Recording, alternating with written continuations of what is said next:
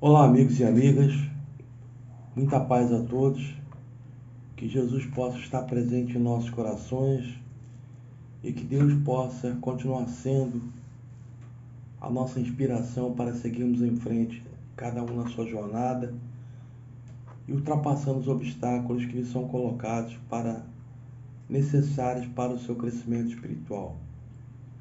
Que Deus possa nos abençoar a todos e nos proporcionar um excelente estudo nesses breves momentos que estaremos debatendo o assunto do capítulo 8, Bem-aventurados que têm puro coração.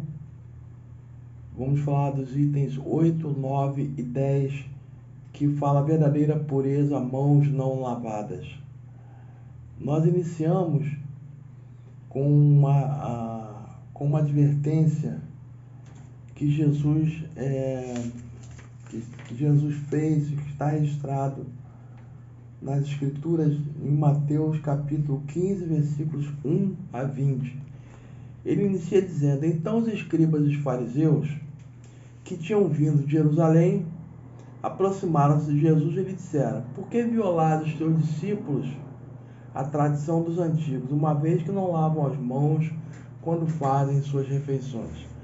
Então nós já tivemos a oportunidade de dizer que Jesus estava num ambiente tomado por tradições antigas, as leis antigas, né?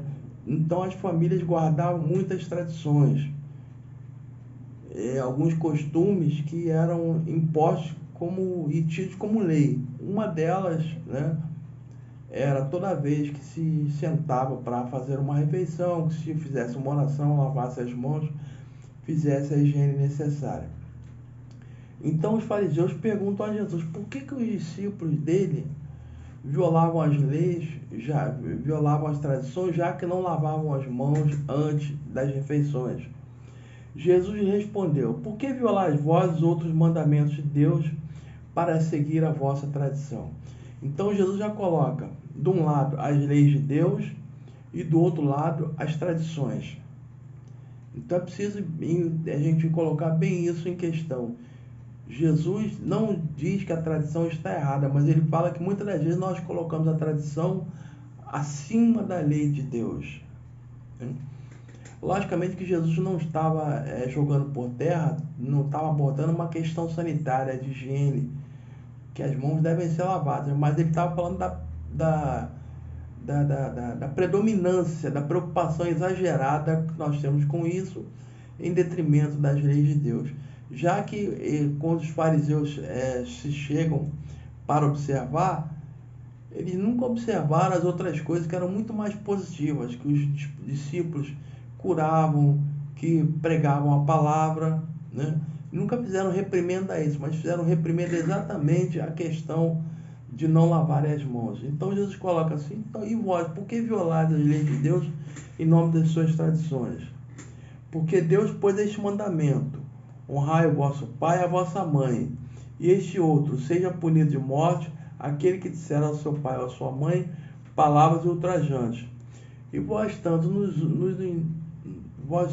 vós outros, no entanto, dizeis. Então Jesus fala, Deus colocou um mandamento: ó, honrar teu pai e tua mãe, não dizer palavras ultrajantes, mas vocês dizem. Mas não se preocupam com isso, se preocupam em lavar as mãos. Quer dizer, a tradição está à frente da lei de Deus. É isso que Jesus fala para eles. E ele não deve ter ficado nada satisfeito, porque Jesus continua dando-lhes uma reprimenda daquelas mesmo, aquela bronca. Toda oferenda que faça a Deus vos é proveitosa. Satisfaz a lei, ainda que depois não honre. Ou seja, eles cumprem as tradições, falam da palavra de Deus, mas não honram aquilo que falam. Nem assistem a seu pai ou a sua mãe. Tornam assim inútil o mandamento de Deus pela vossa tradição, né? Então eles falam, cumprem as palavras, né? Cumprem a tradição de pregar nas sinagogas, mas não fazem aquilo que Deus coloca como obrigação nossa: assistir os nossos pais, amar o nosso semelhante. Então Jesus coloca em questão, em confronto, a tradição e a lei. E Jesus fala assim: hipócritas, bem profetizai vós, Isaías, quando disse, este povo me honra de lábios, mas conserva longe de mim o coração. Então Jesus coloca bem viva para nós essa questão. A gente fala tanto em Deus, a gente ama Jesus, a gente idolatra Jesus, erradamente, equivocadamente, né? Porque idolatria não devemos fazer. Isso, idolatria, é uma adoração cega, né? E nós devemos respeitar e ter Jesus como nosso exemplo, como nosso modelo. E o temos, buscamos segui-lo, mas muitas das vezes fazemos exatamente o contrário daquilo que ele apregou e exemplificou. Depois, tendo chamado o povo, disse: escutai bem isso, compreender, não é o que entra na boca que macula o homem, mas o que sai, porque a boca fala do que está cheio do coração, porque de lá é que saem todos os pecados, o adultério, a fornicação, o falso testemunho. Então Jesus se preocupa muito mais com o interior do que com o exterior. Não é aquilo que nós vemos, né, que vai nos poluir, se nós não interiorizarmos aquilo, mas aquilo que nós falamos, a forma como nós agimos, da forma como nós procedemos, isso é que vai dizer aquilo que nós carregamos interiormente. E é isso que Deus valoriza. Deus valoriza o interior de cada um. É por isso que a doutrina espírita, tão acertadamente, nos alerta da reforma interior, da reforma íntima. Porque na medida em que nós formos nos reformando interiormente, aquilo que sair de nós vai sair de uma forma tranquila, mais parecida, mais propensa a ser a mais próximo possível daquilo que Jesus pregou para nós. Se nós nos enchermos, no sentido de nos abastecermos dessas noções, dessa ética do bem, do amar a Deus e ao próximo como a nós mesmos, se nós nos impregnarmos dessa ética, se estivermos cheios dela, abastecidos, as nossas ações vão espelhar exatamente aquilo que carregamos interiormente. É por isso que a doutrina espírita fala da reforma interior. E é por isso também que é importante para nós estarmos sempre confiantes e conscientes de pensarmos 2 vezes antes de tomarmos qualquer solução. Escutar a nossa consciência, auferir aquilo que já conseguimos alcançar, para que as nossas ações possam refletir exatamente aquilo que a gente esperamos que esteja correto e consoante a lei de Deus. Muitas das vezes nós nos apegamos às tradições e esquecemos que as tradições ela varia de acordo com a sociedade. O que é tradicional hoje deixará de ser amanhã, mas as leis de Deus são imutáveis.